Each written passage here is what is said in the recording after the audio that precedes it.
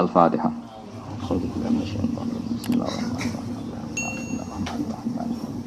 Ya kan Alhamdulillah ya kan dan yang dipakai di seluruh dunia, di semuanya untuk ulumul Quran itu yang paling pokok pakai kitab Al-Itqan. Al-Itqan fi ulumil Quran karangannya Imam Suyuti. Sebelum saya terangkan teks persisnya itu ada sekian problem dalam memahami Quran, terutama kalau lewat terjemah. Problem itu bisa gawat betul, bukan gawat-gawatan tapi gawat betul. Misalnya ada ayat begini dan terjemahnya pasti begini. Fa'aina ma tuwallu fasamma wajhullah. Kamu menghadap mana saja, di arah manapun, di sana ada ridhonya Allah. Itu kalau hanya pakai terjemah, tentu menjadikan kita sholat bisa menghadap ke timur, ke barat, ke utara, dan ke apa? Selatan. Saya cerita sedikit tentang asbabun nuzul. Memang tema sekarang tentang asbabun nuzul. Dulu Rasulullah SAW ketika di Mekah itu sholat menghadap Ka'bah. Tapi setelah pindah di Madinah, di mana Madinah itu ada komunitas Yahudi dan Nasrani, Rasulullah itu menghadap ke Baitul Maqdis, kira-kira 16 bulan. 16 sampai 17 bulan. Semua riwayat itu kisarannya hanya 16 sampai berapa? 17 bulan. Sehingga orang Yahudi itu bilang begini, Muhammad ini baiklah, meskipun dia membawa agama baru, tapi kiblatnya masih ikut kita, masih baik kan. Setelah 16 bulan, Nabi diperintahkan Allah untuk menghadap ke Ka'bah. Fawalli wajhaka syatral masjidil haram. Maka orang Yahudi itu berontak. Berontaknya adalah kiblat mereka ditinggalkan. Cara berpikir orang Yahudi itu kiblat mereka ditinggal. Sehingga mereka bilang mawallahum an qiblatihim allati kanu 'alaiha. Apa yang menjadikan umat Islam berpaling dari kiblat Baitul Maqdis. Kemudian mereka provokatif betul. Ini perlu diperjelas. Provokatif. Bilang begini. Inna Muhammadan tahayyara fi din. Muhammad ini bingung dalam beragama. Sehingga habis ngomong A, ngomong B. Habis kiblat Ka'bah, kiblat Baitul Maqdis. Sehingga dalam banyak tarikh disebutkan peristiwa kiblat itu terbanyak melahirkan orang murtad, orang yang keluar dari Islam. Gara-gara provokasi orang Yahudi, Muhammad tahayyara fi din. Muhammad itu bingung dalam menentukan pilihan apa? Beragama. Kemudian walhasil singkat cerita akhirnya Nabi itu madhep Ka'bah. Apa yang terjadi mukjizat itu adalah bahwa agama ini agama yang mewakili semua agama sebelumnya yang masih orisinil. Yaitu Nabi akhirnya berargumentasi Ka'bah adalah kiblat yang asli, yang lebih tua. Terus mereka tanya, buktinya apa? Dijawab oleh Quran, fihi ayatum bayyinatum maqamu apa? Ibrahim. Ka'bah bukti tertua adalah di situ ada makam Ibrahim. Makam itu jejak kaki. Ya kalau bahasa Indonesia makam itu kuburan. Kalau dalam bahasa Arab maqam itu jejak apa? Jejak kaki. Sehingga diketahui oleh sejarah, dibuktikan di situ ada jejak kaki siapa? Nabi Ibrahim. Sementara nisbatnya Baitul Maqdis itu adalah kepada Nabi Musa dan Nabi Harun. Yang ini adalah turunan dari Nabi siapa? Ibrahim. Hikmahnya apa? Begini. Sebagai bukti bahwa Baitul Maqdis pernah menjadi poros Islam atau poros Tauhid, maka Nabi Muhammad pernah disuruh menghadap ke Baitul Maqdis. Buat inget-ingetan kalau ini pernah menjadi poros apa tahu. Tapi tetap tua-tuaan masih tua apa? Ka'bah. Nah, kenapa tua Ka'bah tadi? Karena Ibrahim adalah Abul Anbiya, bapak dari para nabi. Dan di situ ada jejak kakinya. Fihi ayatum bayyinatum maqam. Bukti itu belum cukup. Dibuktikan lagi bahwa Ismail kecil itu hidupnya di Ka'bah.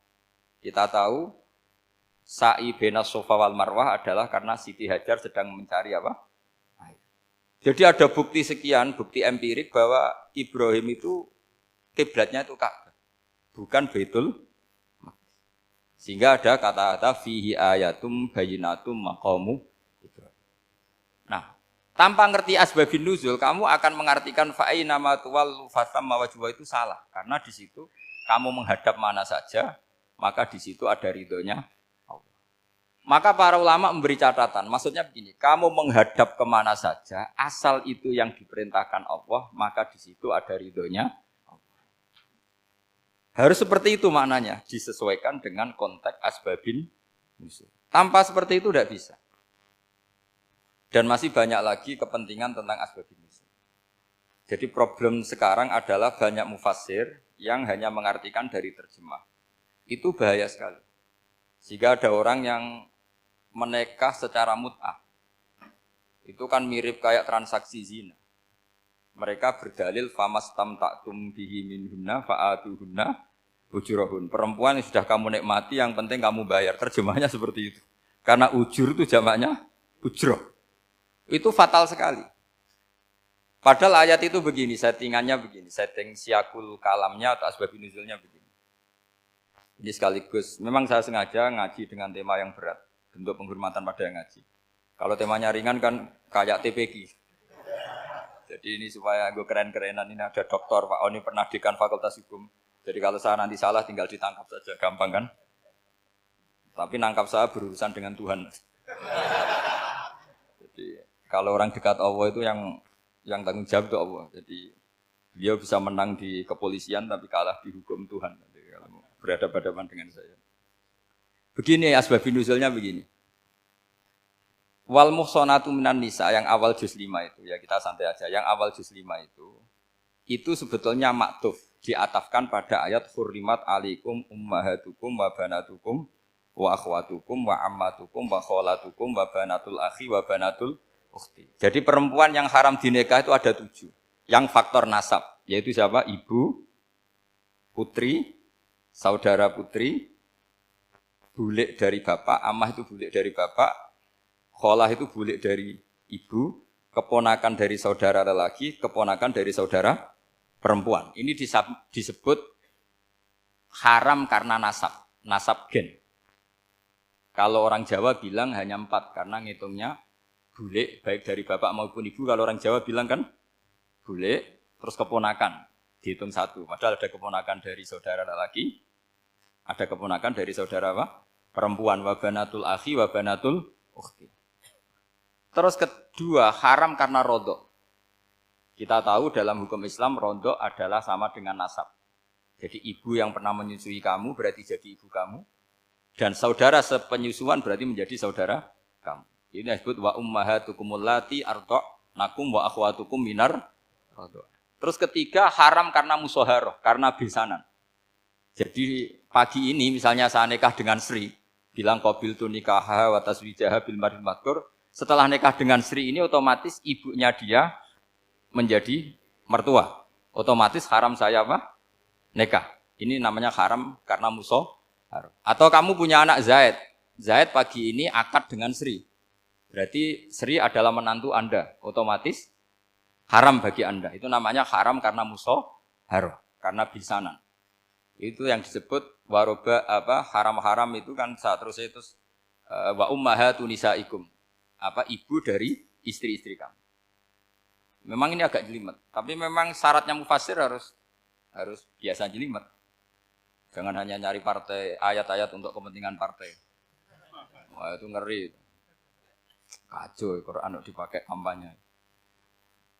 Terus itu berarti sudah 3 kan? Haram karena nasab, karena rodok, haram karena musoh. Terus yang keempat ini haram yang bukan karena sebab pada seorang perempuan, tapi karena istri orang. Itu disebut wal muhsanatu minan nisa. Haram menikahi perempuan yang masih milik orang lain. Nah, orang lain yang menikahi ini, istilahnya Allah adalah lelaki yang menikahi perempuan ini adalah lelaki sing muhsinina ghairu musafihin, secara nikah yang sah. Nah, nikah yang sah itu begini dalam hukum fikih Islam. Saya nikah dengan Sri, kalau hanya akad, itu saya wajib bayar mahar hanya separuh. Jadi kalau saya janji bayar 1 miliar, berarti wajib bayar berapa? 500 juta. Kalau janjinya 100 juta, hanya bayar 50 juta. Itu yang wajib bil akdi. Nanti wajib sepenuhnya nunggu bil jima. Kalau sudah hubungan intim, baru wajib 100%. Jadi kalau ada di Jawa, nikah dengan seperangkat alat sholat, itu yang atasannya tok, itu wajib karena akad. Nanti bawaannya nunggu setelah hubungan apa? Intim. Ini hukum Quran, bukan hukum saya. Makanya kan wa in talaqtumuhunna min qabli an tamassuhunna saat terus fanis suma faradtum. Hanya wajib bayar setengah. Nah, perempuan yang sudah diajak hubungan intim itu kata Allah fa'atuhunna ujurahun, maka wajib kamu bayar penuh. Jadi ayat itu tentang perempuan yang sudah dinikah, kita harus bayar berapa? Harus bayar penuh. Ini penting saya utarakan. Nah, problem kita sebagai orang Indonesia, ini juga problem Pak On, problem semua kiai. Mahar di Indonesia itu nggak bisa dibahas di Quran. Karena keterlaluan, kecilnya itu keterlaluan.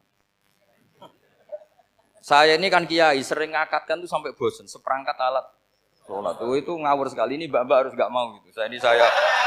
Saya provokasi minimal itu ya berapa? 100 juta berapa? Pantasnya berapa? Pantasnya berapa? 10 gram itu berapa nilainya? Kan 1 gram 500 ribu, baru 5. Ya sudah mendingan itu 10 gram. Quran itu bayangannya gini, sambil latihan, yang hafal-hafal biar latihan. Jangan dapat beasiswa karena hafal tapi nggak jelas juntrungannya. Quran tuh bayangannya gini, ini nggak mungkin Quran ini bisa dibaca di Jawa. Wa in aradtum istibdala zaujim makana zauji wa ataitum ihdahunna qintaran fala ta'khudhu minhu syai'a. Jika kamu nikah sama seorang perempuan, kemudian kamu cerai, maka mahar yang sudah kamu berikan jangan ambil lagi. Karena mahar di Arab itu mahal, 100 juta, kadang mobil Alphard, kadang GMC. Sehingga setelah menceraikan tuh kebayang narik. Kok enak, dulu saya memberikan itu kan karena dapat servisnya. Sekarang sudah saya cerai, saya tarik. Kalau mahar di Indonesia kan seperangkat alat sholat.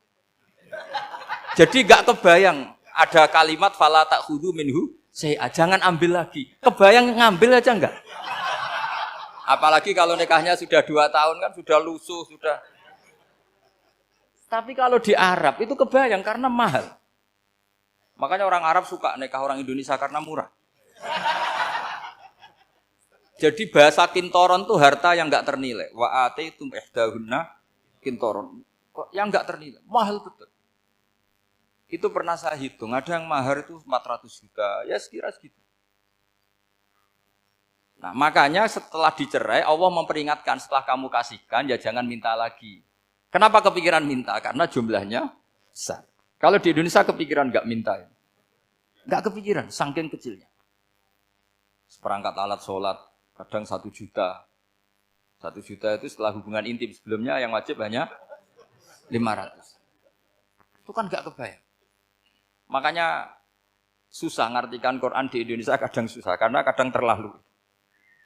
Itu pernah Sayyidina Umar radhiyallahu anhu pernah bilang begini. Wahai para perempuan, mahar itu jangan mahal-mahal. Kasihan para lelaki. Itu ada perempuan alimah ya, orangnya alim betul.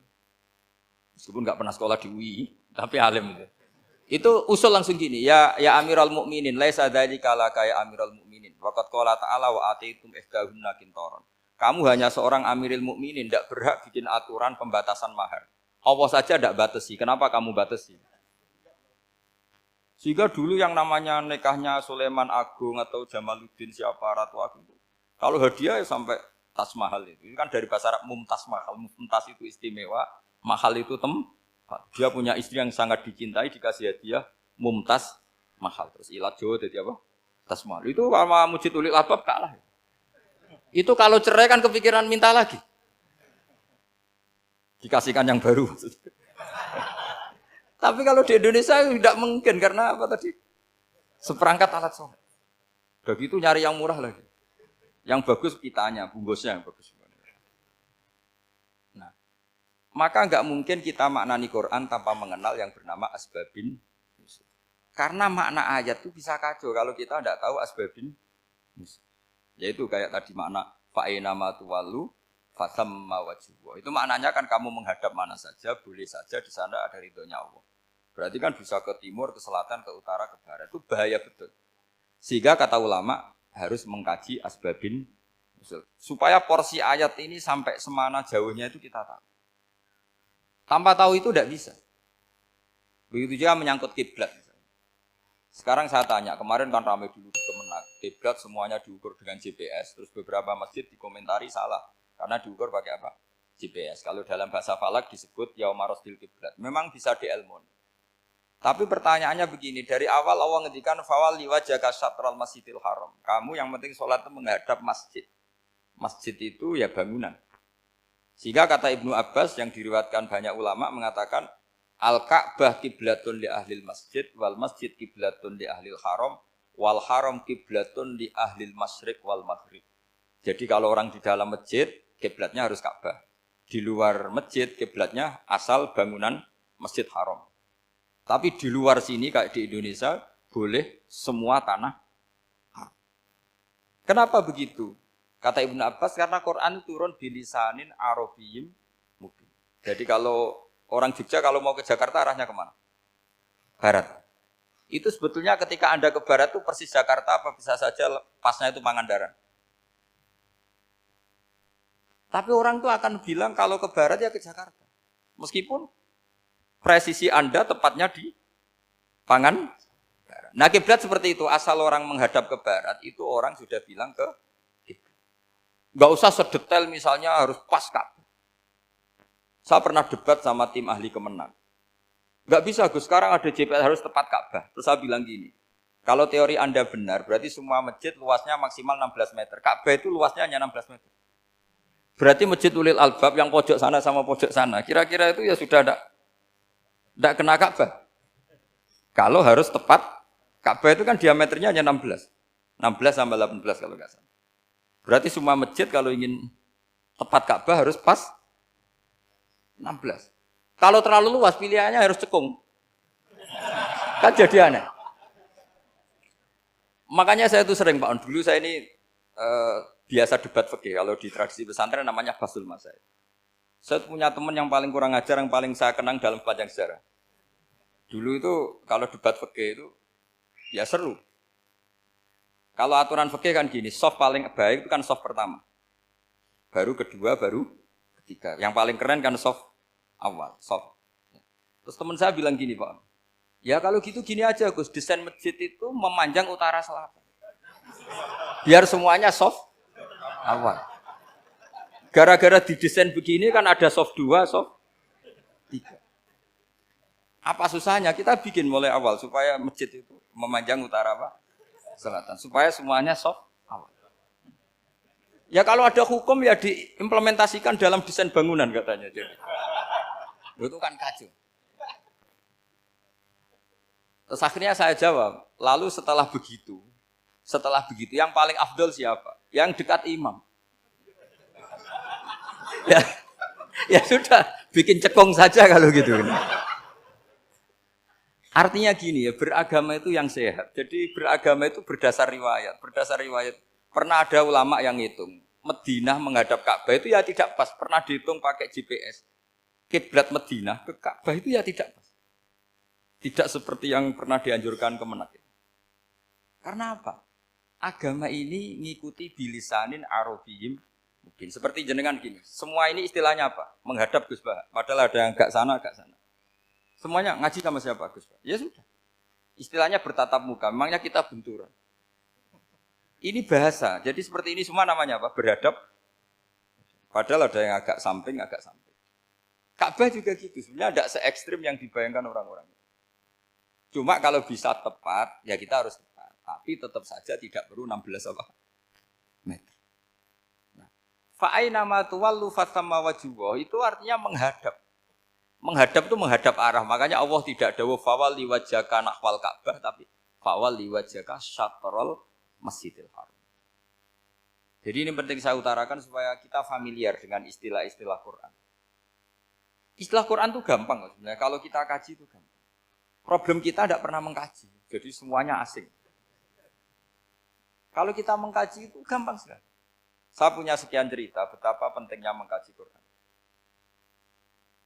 Harun Ar-Rasyid itu dinasti Bani Abbasiyah. Itu pinter sekali. Ada seorang ustadz yang agak ekstrim. Itu datang ke Harun Ar-Rasyid. Ya Amirul Mukminin, inni nasihun laka famusaddidun alaika. Fala tajidanna alayya fi nafsika syai'an. Saya mau nasihati kamu, tapi saya mohon jangan masukkan hati. Karena nasihat ini penting. Tapi saya akan keras, vulgar. Akan keras, kritik saya akan keras. Karena Anda sebagai Amirul Mukminin tidak pecus. Apa kata Amirul Mukminin Harun Ar-Rasyid? Uskut ya ustad. Nah, sebagian riwayat uskut ya jahil. Kamu itu ustad bodoh, enggak usah banyak omong.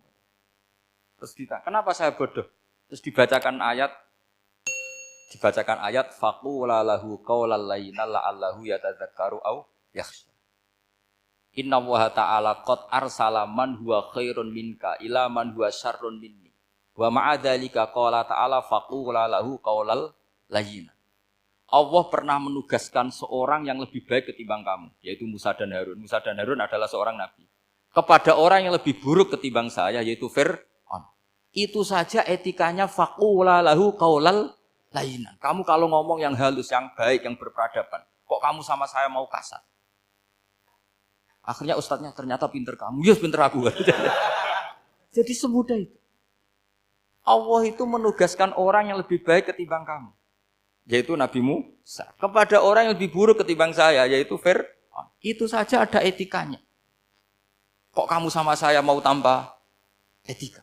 Mau main kasar hanya karena kamu merasa nasihat Anda benar? Jadi gampang sekali memahami Quran. Tapi lagi-lagi memang bagi ahlinya. Tapi ini saya bantu supaya sampean jadi ahli apa? Quran. Meskipun ngajinya sebulan sekali. Sudah sebulan sekali tidak punya kitabnya. Sudah. Jadi ulama dulu kalau belajar Quran itu gampang sekali. Saya berkali-kali cerita. Yang kitab saya baca di rektorat itu namanya Syajaratul Ma'arif. Itu kalau cerita bikin judul itu enak sekali.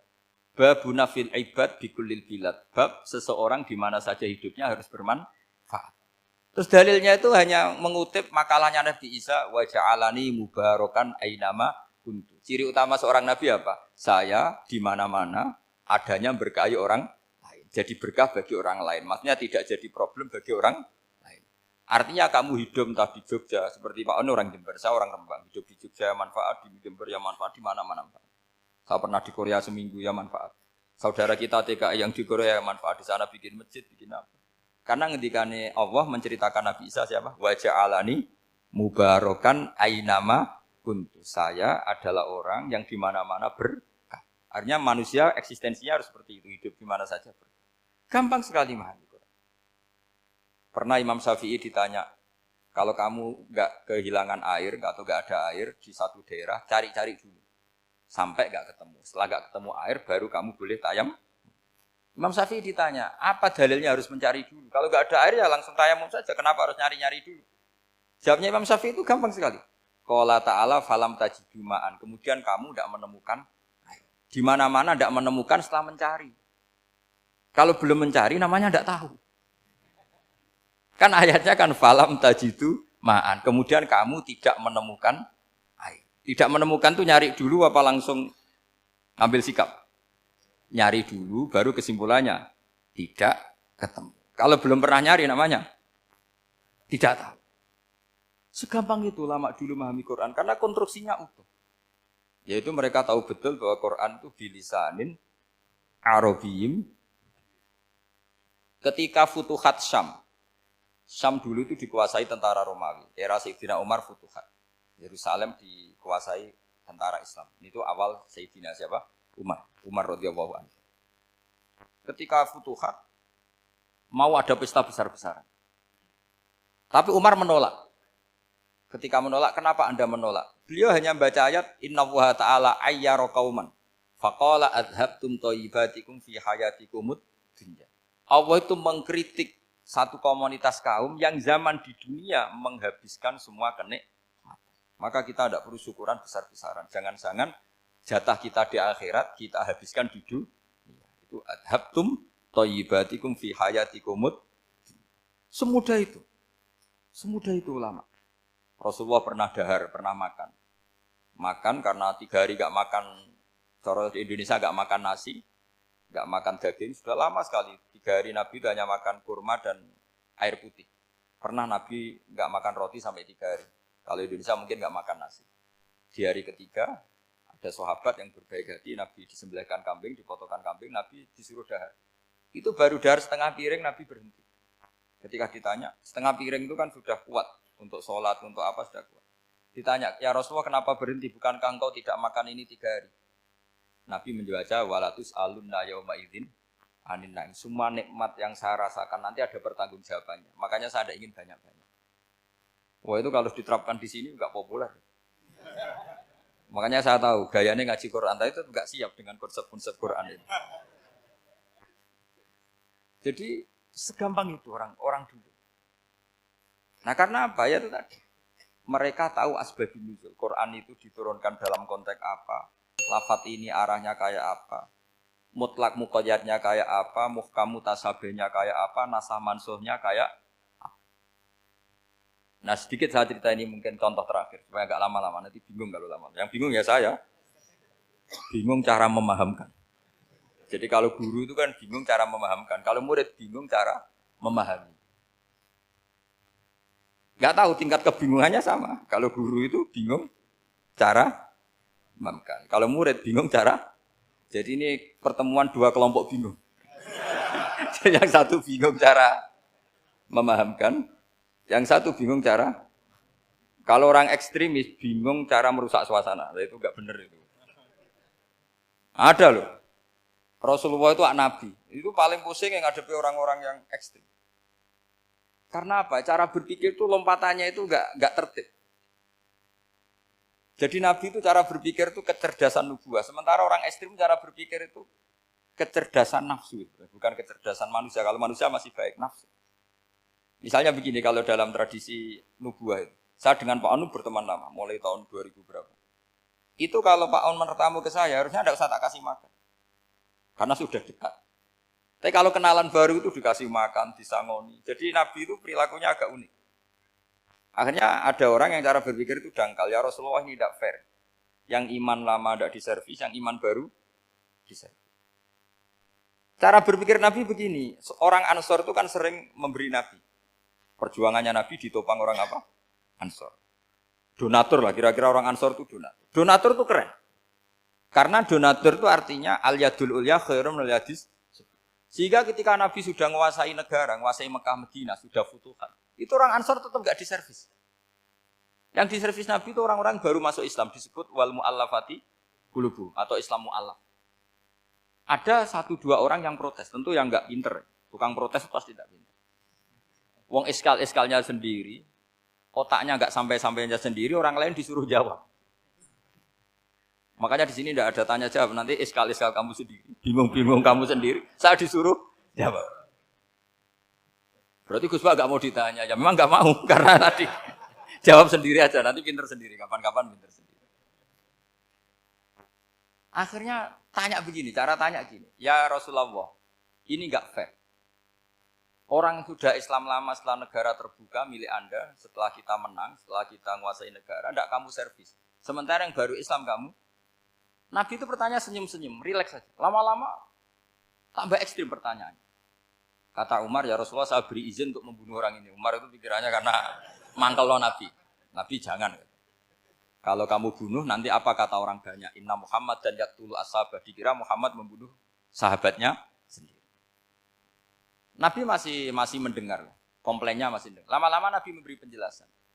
Kamu ini orang Ansor. Kamu biasa memberi saya, memberi dana perjuangan. Memberi itu hebat. Saya tidak ingin menurunkan grade Anda. Grade sebagai pemberi, berarti kelasnya elit. Sekarang menjadi penerima. Itu tidak bagus. Itu betapa Rasulullah ini namanya kecerdasan nubuah. Kalau orang biasa memberi, biar memberi saja. Supaya dia tetap heroik, tetap patriotik, tetap keren. Karena mentalnya pemberi. Jangan sampai dari mental memberi, kemudian mentalnya peminta. Jadi kalau Pak On jadi tim suksesnya Pak Jokowi itu ya tidak minta-minta. Kalau dulu kampanye ya kampanye saja. Biar memberi terus nggak pernah minta. Meskipun akhirnya ya gelong. Tapi Nabi dulu didik gitu. Jadi orang Ansor itu nggak pernah diservis. Padahal jasanya kayak gitu. Supaya kelasnya tetap kelas elit, yaitu pemberi, penanggung jawab. Nabi nggak ingin orang Ansor turun grade menjadi penerima. Orang-orang yang cerdas nubuah menerima konsep Nabi seperti itu.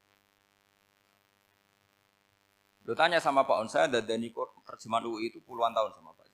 Itu beliau ke kontrakan saya ke rumah beliau. Tidak pernah berharap apa. Saya sangat tertutup. Bukan apa-apa ya, kalau ingin memberi saja. Kontribusi saya pada Al-Quran. Saya tidak kepikiran mendapat. Supaya heroik. Tapi orang-orang yang cerdas amatir tadi, ini nggak fair. Wong yang memberi lama kok dapat servis sedikit. Nah, sekarang itu problem zaman akhir sudah mulai seperti itu. Nah, orang ini namanya Dzul Khuwaisirah. Ini yang nanti punya anak turun Khawarij. Khawarij itu orang yang ibadahnya hebat, tapi cara berpikir tentang nubuah salah. Nah, orang lagi Khawarij itu orang yang ibadahnya hebat, tapi cara berpikir nubuah salah. Nubuah itu unik. Nubuah itu cara berpikir tadi. Apa ya? Melihat sesuatu yang benar biar benar terus. Yaitu tadi, mental memberi itu ya biar memberi terus, tidak usah di-share. Maka ketika Abu Bakar jadi khalifatul Rasulullah, itu ada sistem kepegawaian. Itu gajinya Umar yang sudah Islam lama, gajinya Abu Bakar yang sudah Islam lama. Itu sama Abu Sufyan sama, padahal Islamnya Abu Sufyan baru setelah Fathu Mekah, kira-kira baru setahun. Terus diprotes sama orang-orang, ini Islam lama kok gajinya sama Islam yang baru setahun kok sama. Kata Abu Bakar, fadailuhum indallah, mereka punya kelebihan Islam lama itu indallah, nanti balasannya biar surga. Kalau di dunia sesuai profesinya. Artinya profesi kalau penjaga kantor ya berapa, kalau dosen berapa, pokoknya ya sudah. Dan itu diterima oleh sahabat, semuanya nerima konsep itu. Era Umar agak dibalik. Abu Sufyan kira-kira gajinya 1 juta, yang lainnya yang menangi Nabi mulai awal gajinya 10 juta. Ditanya, ya Umar, kenapa ini jadi rubah seperti kebijakan Abu Bakar, tidak seperti Abu Bakar? Jawabnya Umar lucu. Fawwah la usawwi baina man qatala Rasulullah wa baina man qatala ma'a Rasulillah. Demi Allah saya tidak akan pernah menyamakan orang yang dulu merangi Rasulullah yaitu Abu Sufyan dengan orang sing selawase derekno Rasulullah yaitu Sayyidina Ali dan sebagainya. Ini penting. Artinya ketika gajinya orang saya seperti Ali radhiyallahu anhu itu tinggi itu bukan karena lamanya Islam, tapi karena lamanya iman. Jadi mulai dulu ijtihad itu ada dan dulu dia biasa saja. Karena tadi ada kecerdasan nubuah. Saya ulang lagi, ada kecerdasan apa? Sekarang itu kecerdasan tomak atau kecerdasan nafsu. Itu kalau sampai ngaji kitab tasawuf, itu bab bakhil itu tidak ada. Menurut kitab tasawuf, medit itu tidak ada, kikir itu tidak ada. Yang ada itu tomak. Tomak itu berharap dikasih orang lain. Sampean pernah enggak bilang kalau artis-artis di Jakarta kikir? Enggak pernah kan? Karena kamu enggak pernah ingin diberi. Tapi kalau kamu punya pacar karena kenal enggak pernah ditraktir, oh pacar saya kikir. Karena kamu ingin diberi. Pernah enggak kamu hukumi orang lain kikir yang enggak kenal? Padahal enggak pernah memberi kamu. Apa Kak? Karena kamu enggak pernah ini. Coba sekarang kamu saya tanya, ini latihan cerdas. Definisi kikir itu apa coba? Enggak pernah memberi kamu kan? Artis-artis Jakarta, tokoh-tokoh nasional pernah nggak memberi kamu? Enggak kan? Tapi enggak pernah kamu vonis kikir. Karena kamu enggak pernah tomak. Tapi pacar kamu, kok amin ditraktir terus. Atau istri kamu, atau mertua kamu, kok enggak ngasih warisan, kamu bilang kikir enggak? Sebabnya kikir betul apa karena kamu tomak, berharap? Tomak. Maka di kitab tasawuf itu enggak ada bab kikir, yang ada bab tomak. Karena asal usul menvonis orang kikir itu karena tamak.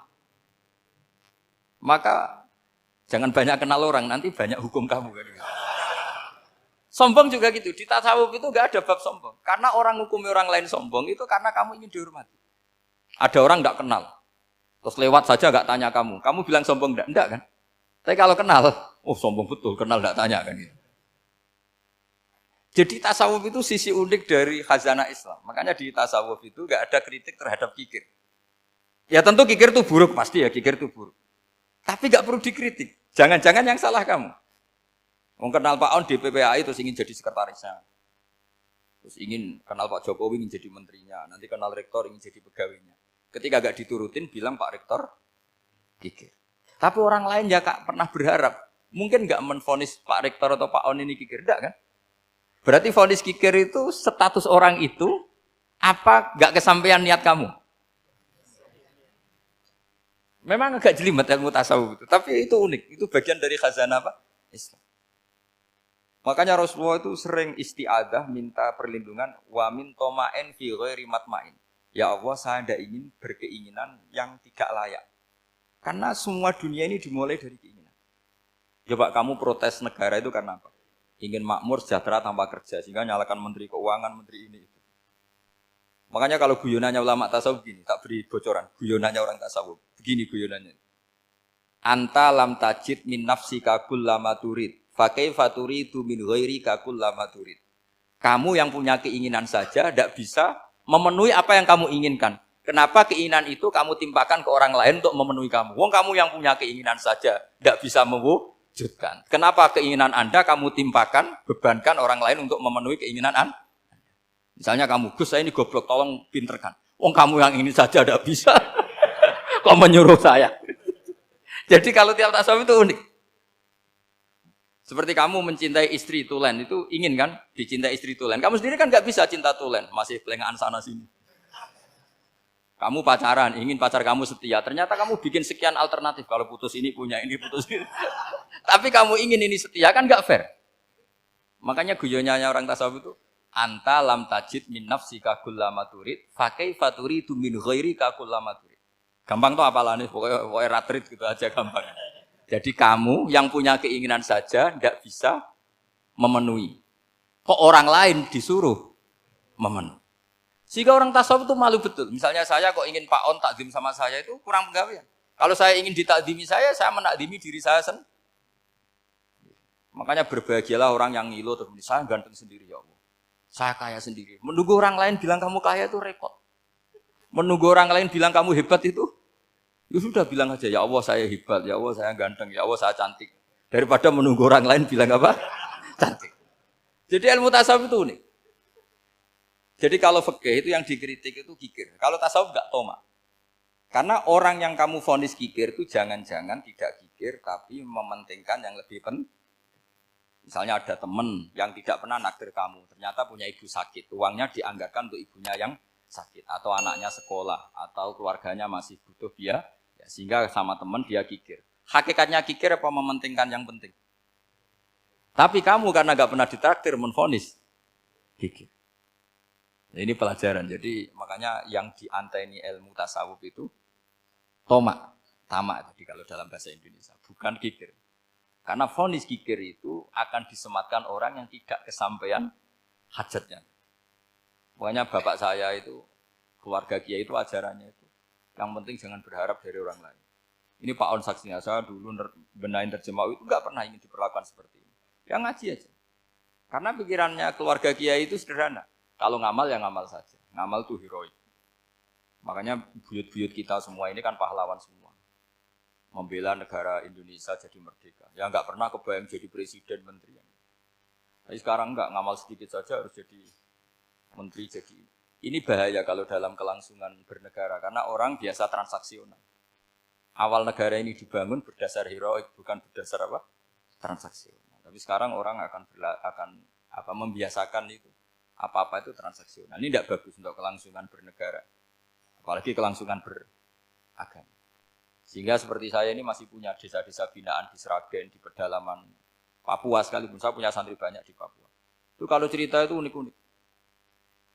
Itu mau Jumatan, itu enggak ada orang 40. Sudah datang setengah 12. Itu datangnya 3 jam. Di situ mau ketemu santri 3. Semua, karena ya akhirnya mereka tanya gini, Pak. Pertanyaannya itu lucu. Gus, boleh enggak Jumatan orang 3? Secara fikih Syafi'i kan harus orang 4. Kemudian mereka tak bilang buat sholat duhur saja. Mereka enggak mau. Wong Jumat kok duhur. Harinya kan Jumat, masa sholatnya? Sehingga kita yang jadi kiai akhirnya nyari fikul madzhabil arba. Nyari fikih madzhab 4. Ternyata Imam Malik membolehkan orang 6. Ada yang bilang 12. Yang penting keceluk jamun. Jamun itu kelompok. Kalau 3 kan belum keceluk apa? Belum disebut apa? Kelompok. Ini penting saya utarakan supaya kita berjuang itu bukan karena CV seperti ini kayak di Ulil Albab, masjidnya keren, kampus swasta tertua, terus termasuk nomor 1-2 di Indonesia. Oke, kita syukur dengan kebesaran UI. Tapi yang namanya dakwah itu menjadikan orang tidak tahu menjadi tahu, termasuk kepada desa-desa tertinggi. Sama. Yang namanya menteri itu pembantu presiden untuk memenuhi kebutuhan rakyat banyak. Sekarang misalnya menteri pertaniannya itu hebat, cerdas, tapi petani nggak mau nandur padi, mau apa itu? Coba yang membantu ketahanan pangan itu para petani mau nanam padi apa karena menteri pertanian? Karena petani mau nanam. Ya sudah GR saja, kita pembantu presiden semua. Karena ikut menyumbangkan ketahanan pangan. Tapi kamu kan nggak digaji, kita keren, ngamal tanpa harap gaji. Ini lho ndak, ini penting. Supaya Anda itu enggak hati kecil gitu. Ikut menyumbang negara tanpa ingin dapat gaji. Keren enggak? Nah itu nubuah. Apa? Nubuah. Orang Ansor itu seperti itu. Sehingga ketika Rasulullah wafat dan ada kompetisi kepemimpinan, itu orang Ansor enggak ikut. Sudah kita makmum saja, silahkan dibagi di saking baiknya orang Ansor. Nah, makanya saya ulang lagi ya. Kecerdasan nubuah ini yang enggak difahami orang Khawarij. Orang Khawarij cara berpikir yang kerja banyak harus dapat banyak. Sementara kecerdasan nubuah enggak. Yang biasa memberi terus memberi saja biar derajatnya tetap al-yadul ulya.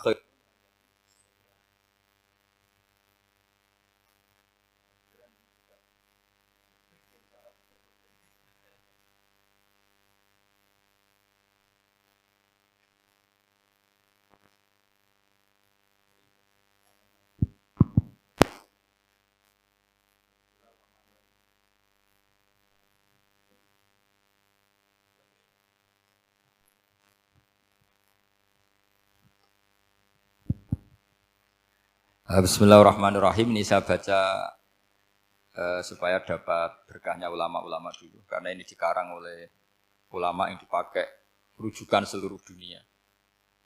Begini, qala Ibnu Taimiyah, ma'rifatu sababin nuzuli yu'inu ala fahmil ayat. Jadi mengenali asbabin nuzul itu membantu memahami secara benar ayat itu. Karena tadi kalau ayat itu dipotong, itu maknanya bisa kacau kayak tadi famastam ta'tum bihi minhunna fa'atuhunna ujuruhun. Kalau diterjemah itu kan mendukung kawin mut'ah. Kalau terjemahnya saja perempuan siapa saja yang pernah kamu nikmati, yang penting kamu bayar. Itu kan aliran sesat dan menyesatkan. Itu konteks asbabun nuzul tidak seperti itu. Perempuan yang sudah menjadi istri kamu, seorang lagi perempuan yang sudah menjadi istri kamu, jika sudah kamu hubungan intim, maka maharnya harus dibayar penuh.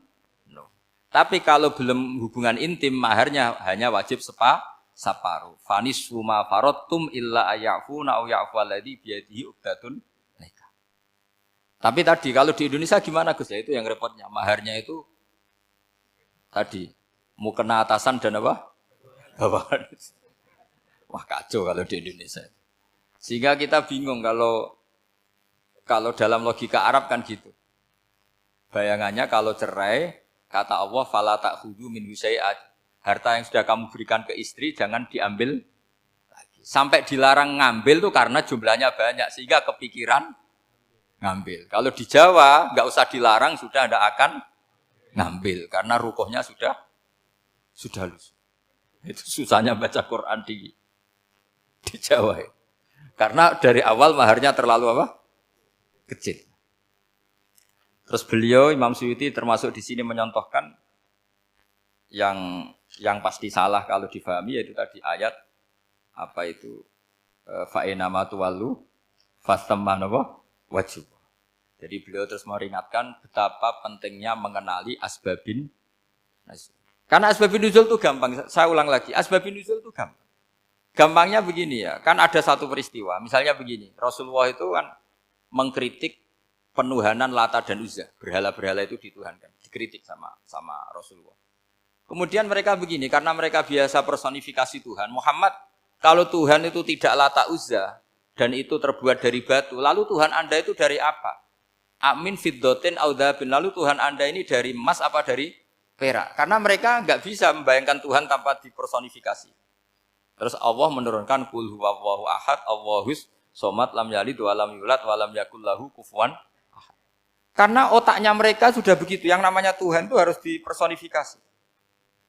Makanya saya kemarin di Korea seminggu, cerita yang paling unik gini Pak On, ada bos Islam, ada bosnya TKI yang baik. Mereka mengizinkan pekerjanya sholat. Bareng sholat tuh diingeti ke atas ke bawah, kok enggak ada arcanya. Sehingga setelah sholat dibilang, apa saya berikan berhala sekalipun? Karena enggak kebayang ada orang sholat kok tanpa berhala, tanpa Tuhan. Yang kamu sembah itu mana? Kok enggak ada? Apa tak belikan? Jadi unik. Nah teman saya yang satu unik lagi, dia termasuk pegawai Garuda yang derekno saya ke Korea itu orang pegawai Garuda. Dia karena orang kaya biasa ke Eropa kemana-mana itu. Singkat cerita dia sholat di mall. Karena nganggep Korea itu sudah negara maju kayak Eropa. Setelah sholat di mall pas asar itu, security-nya nelpon polisi. Pak polisi di sini ada ritual teroris. Jadi kalau menamakan sholat itu ritual teroris. Jadi artinya apa? Ritual-ritual yang kita lakukan itu macam-macam cara pandang. Orang ateis itu kan Cina kan Korea itu kan ya Cina lah, Korea, Jepang, RRC itu kan sipit. Itu ya yang namanya ibadah sembahyang harus ada patungnya atau ada arcanya atau ada benda-benda itu. Orang Islam kan nggak ada sama sekali. Makanya mereka itu kok bisa? Problemnya kita, saya ulang lagi, ini problemnya. Problemnya kalau ada itu ya repot. Begini misalnya, ini masih tentang asbabun nuzul. Ini contoh terakhir, tentang masih asbabun nuzul. Umar radhiyallahu anhu, sahabat Umar itu kalau mencium Hajar Aswad itu sambil gedumel. Tidak berdoa, tapi gedumel. Masyhur. Itu ada di Bukhari. Alim tu annaka hajarun la tadurru wa la tanfa. Walau la anni ra'aitu Rasulullah qabbalaka ma qabbaltuka. Saya tahu loh. Nyium Hajar Aswad dicium, tapi sambil gedumel. Saya tahu loh, kamu hanya batu, enggak mandoroti, enggak manfaati. Kamu jangan GR, saya cium itu jangan GR. Kalau saja saya tidak melihat Rasulullah mencium kamu, maka saya ada sudi nyium kamu. Dah gitu aja. Terus itu tiap nyium Hajar itu tidak doa. Kalau kamu kan enggak minta kaya, minta macam-macam. Kalau Umar malah gitu. Nah, kenapa demikian? Itu ada asbabun nuzulnya. Umar itu saksi sejarah. Ketika Rasulullah Fathi Mekah, Nabi kan tawaf terus mencium Hajar. Itu di belakang masih banyak orang kafir. Kebetulan Umar masih di sana. Sudah Islam Umar, tapi dia di belakang. Dengar orang-orang kafir, Muhammad itu tua aneh. Katanya melarang nyembah batu. Ternyata dia nyembah batu. Jadi Nabi nyium Hajar Aswad itu dikira nyembah. Katanya ngelarang nyembah batu, tapi dia kok nyembah batu. Karena Nabi mencium Hajar Aswad. Nah, karena untuk menghilangkan stigmasi itu, Umar tiap nyium Hajar Aswad ngomong gitu. Kan ada sound system, mungkin jadi sound system. Supaya jelas bahwa penciuman ini bukan karena menyembah. Artinya mudah sekali kenapa Umar ngomong gitu. Karena asbabun nuzulnya seperti itu. Coba kalau kamu tidak tahu asbabun nuzul, Umar maksudnya gimana? Enggak doa, enggak apa kok malah ngomong gitu kan. Tapi kalau kamu tahu asbabun nuzul Umar itu yang mendengar komentar orang sama ketika kita tawaf itu kan 3 pertama kan kita lari-lari kecil. Itu ceritanya juga gitu. Rasulullah itu hidup di Medina, terus diterkenalkan miskin. Medina itu kota wabak, kota penyakit, endemik. Dulu Medina, Yasrib itu kota endemik. Sehingga kata orang kafir-kafir Mekah, yaji uliha dalbet kaumun kot wahanat huma Yasrib. Nanti akan datang satu komunitas kaum yang sudah lemas karena kena penyakit TBC dari Yasrib. Nabi dengar itu makanya terus bilang ke para sahabat, tunjukkan kalau kamu kuat dengan cara lari 3 kali. Terus pakai pakaian yang kelihatan maco, yaitu yang dipakai lelaki-lelaki. Bahunya dikelihatkan. Nah, setelah Rasulullah wafat, Umar menggantikan beliau setelah Abu Bakar. Umar bilang gini, sebetulnya tawaf seperti ini, yaitu lari pertama 3 putaran pertama lari dan memperlihatkan pundak seakan-akan orang maco itu sudah enggak perlu. Karena alasan itu sudah tidak ada. Tapi ini tinggalan Rasulullah, maka jangan rubah ya tetap seperti ini. Akhirnya meskipun sudah tidak ada alasan tadi menjawab stigmasi orang kafir, tetap tawaf seperti itu. Jadi memang agama itu unik.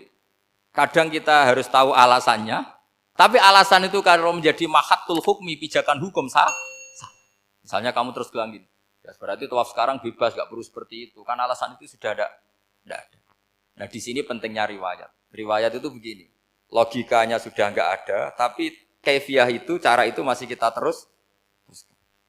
Dan itu memang, saya ulang lagi, harus tahu asbabun nuzul. Saya beri contoh ya misalnya, wa idza darabtum fil ardi falaysa 'alaikum junahun an taqsuru minas shalah. Terus ayat di mana? In khiftum ayyaftinakumul ladzina kafaru.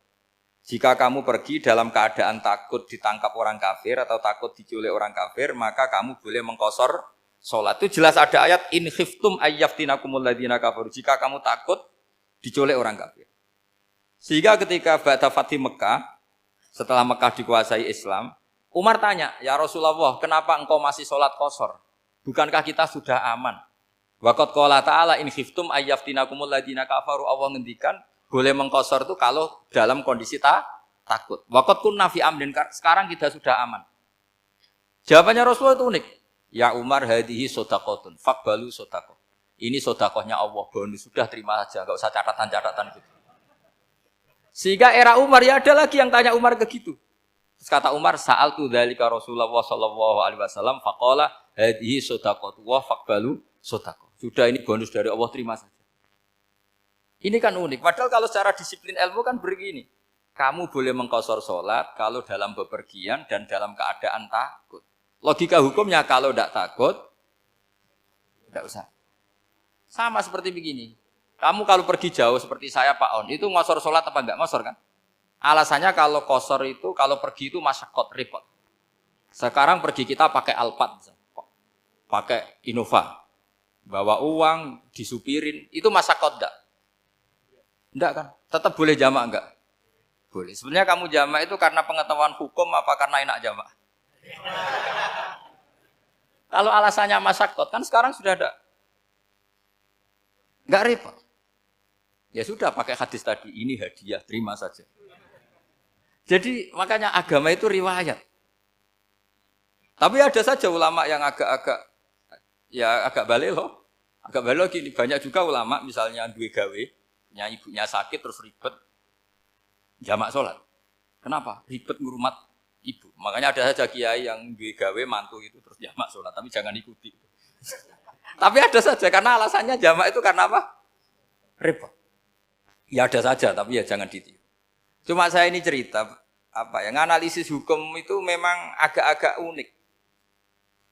Jadi tadi kadang Nabi itu ditanya, ya Rasulullah, kita dulu boleh jamak qashar ini kan karena in khiftum ayyaftinakumul ladzina kafaru, takut diancam orang kafir. Sekarang aman, kenapa tetap jamak? Jawabannya Nabi, ini hadiah, terima saja. Ya ada sahabat yang bantah, kenapa Nabi? Allah itu zat yang baik, kalau sudah ngaji bonus enggak pernah ditarik lagi. Makanya Nabi kalau berdoa itu unik. Ya, siapa yang disiksa di dunia karena dosanya, fawahu akramu min ayyus sanniya uqubatahu fil akhir. Kalau ada orang salah kok di dunia sudah dikasih sanksi, Allah itu lebih mulia untuk mengulang nanti di akhirat. Akram itu Allah terlalu mulia, maksudnya orang kepikiran wis males ya selesai, tidak akan di. Kalau sampean kan enggak, masih ingin lagi. Jadi itu cara berpikir nubuwah. Jadi berpikir nubuwah itu beda. Ada orang pas sujud diinjek sama orang fasik. Diinjek, kemudian si yang sujud tadi, wallah la yaghfiru wallahu laka, demi Allah tidak akan ngampuni kamu. Itu langsung Allah memberi wahyu sama Nabi di zaman itu. Bilangin yang sedang sujud itu, dia harus minta maaf sama saya, kata Allah. Mangzalladzi yata'alla ala fulan. Dia bersumpah bahwa Allah tidak akan memaafkan orang itu. Itu harus diralat. Nabinya iskal, kenapa ya Allah? Yang Tuhan itu saya ini punya sifat dua, bisa menyiksa dan bisa memaafkan. Kenapa dia milih sifat saya satu tidak memaafkan? Akhirnya apa? Orang yang nginjek tadi sama Allah dikasih tobat dan jadi orang soleh. Jadi itu makanya kamu nggak boleh jadi orang ekstrim nyifati Allahnya satu. Nggak boleh, Allah tetap bisa yaghfiru liman yasha wa yu'adzibu may yasha. Sifatnya Allah dua ya tetap dua, nggak boleh kamu pilih satu. Misalnya kamu kan biasanya gini, yang ghafur untuk kamu, yang sadidul uqab untuk orang lain. Mesti kelakuannya sampean kan begitu. Tidak boleh seperti itu. Rasulullah kayak apa bencinya sama Wahsy? Karena Wahsy itu qatilu Hamzah. Yang membunuh Sayyid Hamzah siapa? Itu bencinya bukan main Rasulullah. Sampai maksud-maksud Wahsy. Tapi sama Allah malah diturunkan ayat laisa laka minal amri syai'un aw yatuba alaihim aw yu'adzib. Muhammad, meskipun kamu kekasih saya itu tidak wilayah kamu, maafkan atau enggak, terserah saya, kata Allah. Ternyata betul, malah Wahsy dikasih tobat. Nah sekarang enggak, orang itu nyifati Allah sama orang lain syadidul iqab, kalau sama dirinya enggak boleh seperti itu. Allah ya sifatnya tetap dua. Jadi boleh kamu misalnya berdoa, ya Allah mbak yang cantik itu semoga dapat jadi istri saya. Mbaknya juga boleh berdoa, ya Allah naudzubillah min dzalik. Jadi ini adu kekuatan, nanti terserah nanti Allah pihak yang mana. Kayaknya pihak yang perempuan mungkin. Karena kasihan kan kalau cuantik dapat orang apa? Jelek. Saya tuh andaikan boleh fatwa fikih, yang saya haramkan tuh orang jelek dapat orang jelek. Karena kasihan anak-anaknya, tahu-tahu jelek banget. Jadi itu kan kasihan itu. Jadi dalam Islam itu seperti itu. Jadi apapun benci kita sama musuh kita, Allah bisa saja memperlakukan musuh kita secara baik. Karena Allah itu yaghfir. Tetap kita harus sifati Allah yaghfiru liman yasha wa yu'adzibu. Jangan karena kita benci seseorang seakan-akan Allah sama dia pasti yu'adzib. Pasti menyik. Itu yang dicontohkan Allah kepada Rasulnya, itu beliau tidak cocok sama Wahsy, malah Wahsy dikasih petunjuk. Makanya terus ada ayat apa? Laisa laka minal amri syai'un aw yatuba alaihim aw yu'adzibahum. Muhammad, tidak wilayah kamu, saya menentukan mengadab atau Makanya rata-rata kiai ulama itu halim. Orang halim itu rileks. Layinal janib, tidak gampang menvonis orang lain. Biar Allah tetap dengan sifatnya yaf'alu ma biasa, bahwa Allah bisa melakukan apa saja. Soal kamu benci sama seorang, benci saja atas nama kamu. Jangan nyatut-nyatut Allah. Misalnya kamu cinta seseorang, wah ini yang calon presiden ini harus jadi presiden. Ternyata Allah menghendaki jadi menteri, mau apa? Ya Allah yaf'alu ma yasha, mau apa coba? Yang kiai atau Pak On, DPAI, patutnya kan menteri agama itu Pak On. Tapi kalau Pak yang takdir gitu mau apa? Ya sudah, Allah yaf'alu. Santai aja. Itu rileksnya ahlul ilmi, ya sudah santai saja. Ini negaranya Allah, ini kerajaan Allah, ini buminya Allah, ya Allah biarin ya falu. Mas, jadi Tuhan Allah kamu yang repot. Kira-kira jadi Tuhan itu Allah kamu yang repot. Ya Allah biar tetap ya falu. Mayasa Allah boleh yaghfir liman yasha wa ya'tibu mayasa. Saya kira demikian. Assalamualaikum warahmatullahi wabarakatuh. Subhanallah wa bihamdihi adada khalqihi wa ridha nafsihi wa zinata arsyihi wa kalimatih.